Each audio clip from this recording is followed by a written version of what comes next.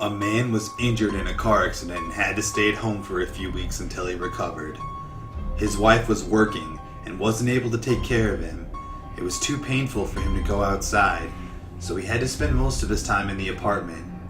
For the first couple of days it was easy. He had a lot of things to do. But after a few days had passed, he became very bored.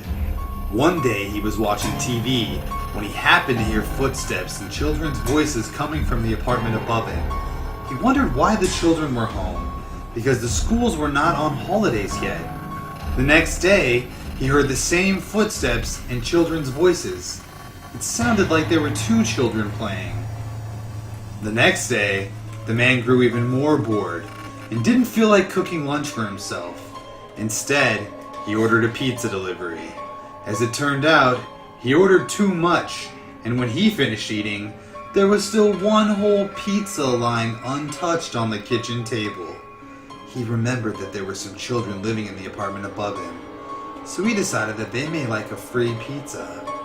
Upstairs, and willing to do something kind, he decided to take the pizza to them. The man had never met the family who lived in the upstairs apartment, but he rang the doorbell anyway.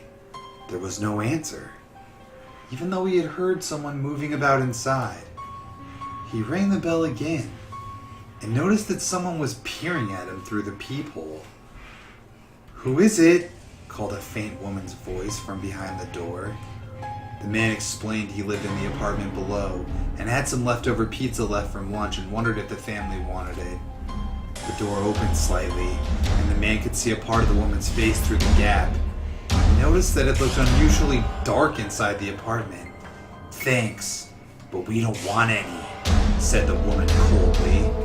"Maybe your children would like it," replied the man. As soon as he said this, two children's faces lined up below the woman's face.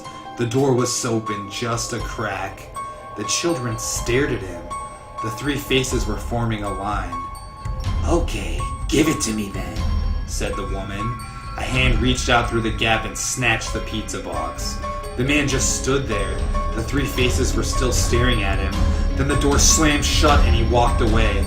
Something was bothering him. He felt a chill run down his spine. The image of the three faces was burned into his mind. He walked faster and reached the elevator. The faces were forming a line? He thought to himself. He pressed a button and waited for the elevator to arrive, forming a line vertically, one on top of the other. He pressed the button again and again, but still, the lift didn't come.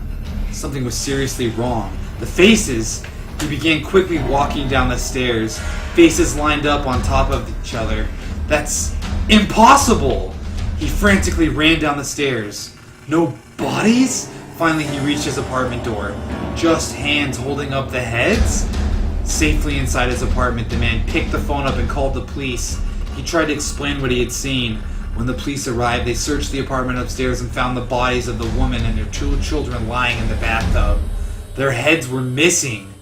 They had been decapitated with a saw. According to the autopsy, they had been dead for 3 days. The police found the woman's husband hiding in a wardrobe. His hands were covered in blood, and he had gone completely insane. He had kept trying to convince the police officers that his wife and kids were still alive. They had found an uneaten pizza box with a pizza inside, sitting on the kitchen table.